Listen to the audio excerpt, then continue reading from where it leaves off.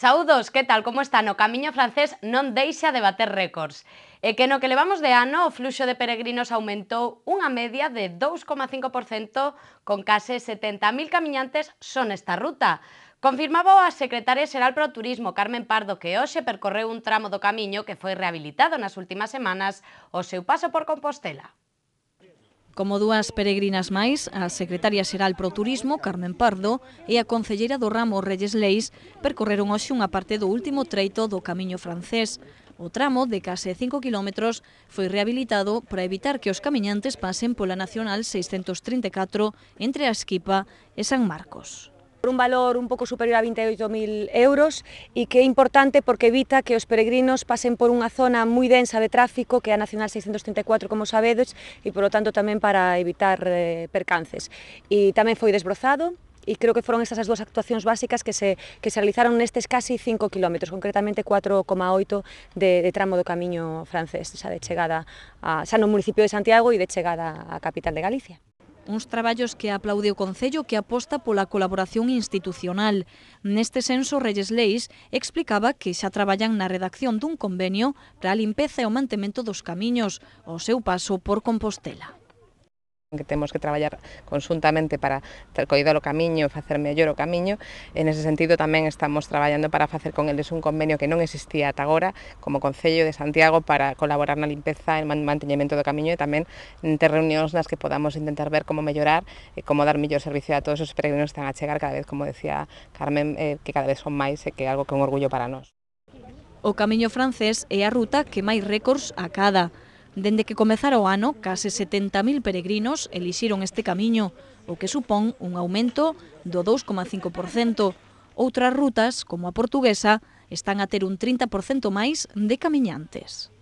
Neste camiño, no camiño francés, a subida do que vai acumulado de ano está en torno ao 2,5%, pero a media de todos os camiños en Galicia está en torno ao 6%, máis incluso 6, algo, pero vos podo comentar casos realmente sorprendentes como o camiño portugués, que é verdade que parte dun nivel duns números moito máis baixos, que representa o 12% dos peregrinos a Santiago, pero que aumentou no que vai de ano en relación ao pasado ao 30%, un 30%. Sobre a masificación de algúns albergues, Carmen Pardo aseguraba que, aínda que a Xunta creou máis de 500 prazas novas no que levamos de legislatura, é normal que en momentos puntuais se resistre saturación. En calquera caso, a secretaria xeral pro Turismo considera que isto sempre se vai traducir en máis negocio pro sector privado. As dúcias de peregrinos que están a rematar o camiño nas últimas horas atoparon un tempo fresco e algunha chuvia ao chegar. E así vai continuar no inicio desta ponte. Non en tanto, a cousa vai mellorar de cara a fin de semana e mesmo para o que queda de mes. A ponte que iniciamos mañá vai estar marcada por un tempo chuvioso e fresco, que deixará precipitacións moi fortes ao longo da madrugada. Onte xa entrara unha primeira fronte que foi trasladándose do oeste a sueste, deixando precipitacións localmente significativas en puntos das provincias da Coruña e de Pontevedra. Estas próximas horas pode chover en puntos do suroeste de xeito persistente e con intensidade moderada, pero o máis complicado agárdase para esta próxima noite do martes cara ao mércores. Achégase unha fronte fría con moita actividade, por lo tanto trae consigo chuvias e ventos que van ser puntualmente intensas e localmente fortes. De feito, están decretadas alertas amarelas tanto nas zonas costeiras do litoral noroeste, oeste e suroeste da Coruña e das Rías Baixas. Non en tanto, queden tranquilos porque o bo tempo volverá cedo, xa que o xoves comezará a melloría que nos deixará tempo de praia nesta fin de semana. E polo que estiman en Meteo Galicia, esta situación vai ser predominante no que queda de verán. Para nada vai rematar o verán, vai suceder que esta borrasca se vai desprazar cara ás Illas Británicas, vai quedar morrendo nesa zona durante uns cantos días, o que vai aproveitar o anticiclón, ou máis ben unha masa de aire cálido para ascender outra vez dende o sur peninsular. Desta volta vai afectar máis o centro, o norte, o Cantábrico central sobre todo, pero nos imos quedar tamén afectados por esta masa de aire cálido que xa a partir dos xoves, ademais con ventos de componente sur, van facer que as temperaturas ascendan e moito. Un agosto bastante estable no meteorolóxico, ao igual que xullo, que estivo marcado polo tempo seco. Aínda así, as temperaturas foron moi baixas para esta época do ano. Prácticamente o mes de xullo quedou marcado pola primeira quincena, se todos lembramos esa primeira quincena, ventos del componente oeste, frontes, casi todas elas febles, pero en cualquier caso deixáronnos moitas nubes e algunhas precipitacións, e, polo tanto, con estas nubes, as precipitacións e as masas de aire máis frescas procedentes do Atlántico, as temperaturas, sobre todo as máximas, quedaron por debaixo do normal, as mínimas estiveron dentro da media climática. A media de 18 grados acadada no mes de xullo non se rexistraba en Galicia dende hai 30 anos. O mes pasado tamén nos deixou un dato curioso. Só o día 25 caeron na nosa comunidade máis de 5.000 raios. De seguro que o que lles toca estudar nestas semanas prefiren chuvia que bo tempo. E que son moitos os que nestas datas vense na obriga de esquecer a praia para sentarse diante dos libros. Hoxe visitamos unha academia na que non colga no cartel de pechado por vacacións. Un pouquiño de descanso, pero sen perder moito de vista os libros e os apuntes.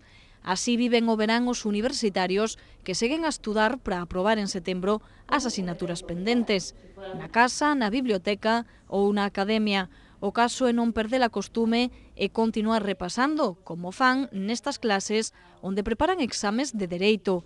Así lles vai o mes de agosto. En Dereito estáse agora implantando o grado, entón, claro, cada vez van quedando menos alumnos que teñen aínda asignaturas para setembro pendentes, porque ahora os exámenes máis fortes son nos meses de maio, xuño e xullo, que é o novo setembro. Pero, bueno, así temos bastantes alumnos, nos intentamos sempre, aquí en Arelei, pois darlles unha atención personalizada, son grupos pequenos, nos que facemos combinación entre a explicación e tamén marcamos ritmo de estudio. Todo un mérito seguir asistindo a clases e concentrarse nas explicacións, porque xa se sabe, hai moito con que despistarse. Presión de ir á praia, pasalo ben un pouquinho tamén no verán, pero, bueno, a verdade é que despois en agosto se entra a presión, sobre todo así a partir de mediados, e se poñen xa as pilas para empezar a estudiar. Os que veñen á academia tamén teñen outra presión, xa están máis preocupados por intentar aprobar. Iso sí, hai que aplicarse aquelo de que o que algo quere, algo lle custa. Así que aí vai algún consello para que o esforzo pague a pena e en setembro os estudantes consigan o seu obxectivo, quedar libres de toda a carga. Que se motiven porque agora están en unha situación difícil, porque hai moitos alumnos que teñen aínda romano pendente, este ano extínguese, entón pois veríanse obrigados pois a pasar a grao, a retrasar máis a carreira, e máis que nada pois saber organizarse, ter uns bons apuntes e si dedicar un pouco de traballo diario. Algúns están pensando que a volta ao cole está cada vez máis cerca. Para outros, como moitos universitarios, o curso nin sequera chegou a rematar de todo. Facemos unha parada no Pazo de Raxoi onde a alcaldesa en funcións recibiu os participantes do programa Música en Compostela. Reyes Leis deixará de estar á fronte do goberno local o vindeiro xoves, cando estará de volta Ángel Currás despois de 2 semanas de vacacións. Na última das recepcións que Reyes Leis ofreceu como alcaldesa, preto de 90 persoas coñeceron as dependencias municipais. Eran, como dicíamos, os alumnos do curso universitario internacional de música española, incluído no tradicional programa Música en Compostela. Este certame, que xa chegou á súa 55 edición, remata o vindeiro sábado día 18. Ao longo desta recepción, Leis animou os participantes procedentes de moitos países a ser embaixadores da cidade alá donde estén. No capítulo dos deportes falámoslles do Santiago Futsal, que continúa ca súa pretemporada, na que comezan xa a disputarse os partidos amigables, unha boa maneira de que xogadores e afeccionados lle tomen o pulso ao equipo. O Santiago Futsal ten esta noite o seu primeiro compromiso da temporada no que a partidos amigables se refire. O pabillón municipal de Arteixo acolle un encontro entre os homes de Santi Valladares e un combinado da Asociación Galega de Xogadores de Fútbol Sala, entre os que se atopan Juanjo ou David González Piñón, entre outros. Será, polo tanto, a primeira ocasión na que o plantel poderá comprobar como está despois de varias semanas de duros adestramentos. A semana rematará pro Santiago Futsal con outro partido o domingo en Betanzos fronte ao terceiro clasificado da Liga Portuguesa, o Módicus. O equipo céntrase no seu obxectivo inmediato, prepararse ben para o seu primeiro compromiso oficial, a Supercopa de España, que se vai celebrar en setembro na Coruña. Ata entón terán 6 encontros amigables. Hai que recordar que o Santiago Futsal, antigo Lovelle, afronta esta nova aventura na máxima categoría do fútbol sala español con 2 fichaxes, Hugo e Jorge, e con varias baixas con respecto á campaña pasada, a dos santiagueses Rubie Palmas e as de Charlie, Chaguiña e Aicardo. Imos xa con o noso habitual repaso á axenda cultural.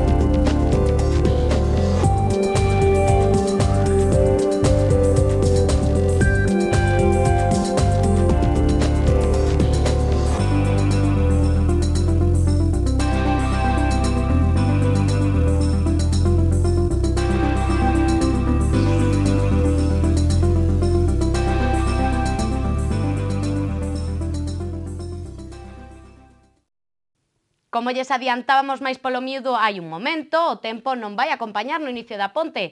Todos os detalles da predicción de seguido grazas aos datos que nos achega Meteo Galicia.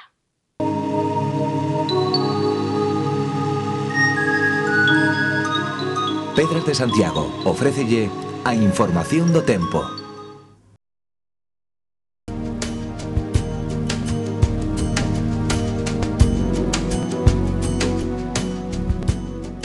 Mañá mércores agardamos ceos anubrados con precipitacións puntualmente fortes durante a madrugada, remitindo as chuvias co avance da xornada e abríndose máis claros canto máis ao leste.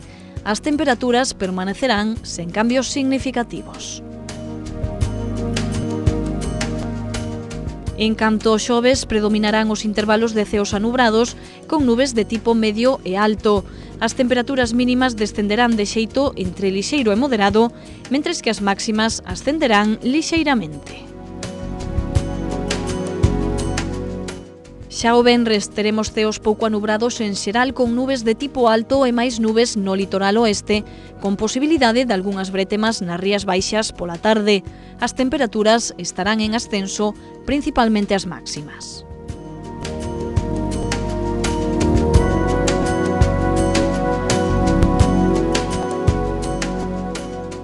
Mañá mércores en Compostela teremos ceo anubrado e precipitacións durante a madrugada, apertura de claros e remisións das chuvias ao avanzar o día, temperaturas sen cambios significativos.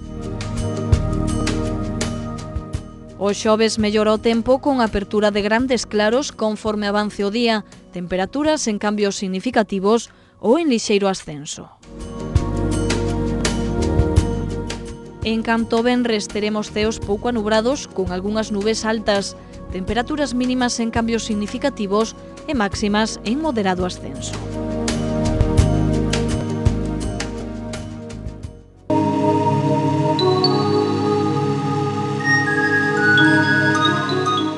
Pedras de Santiago ofreceulle a información do tempo.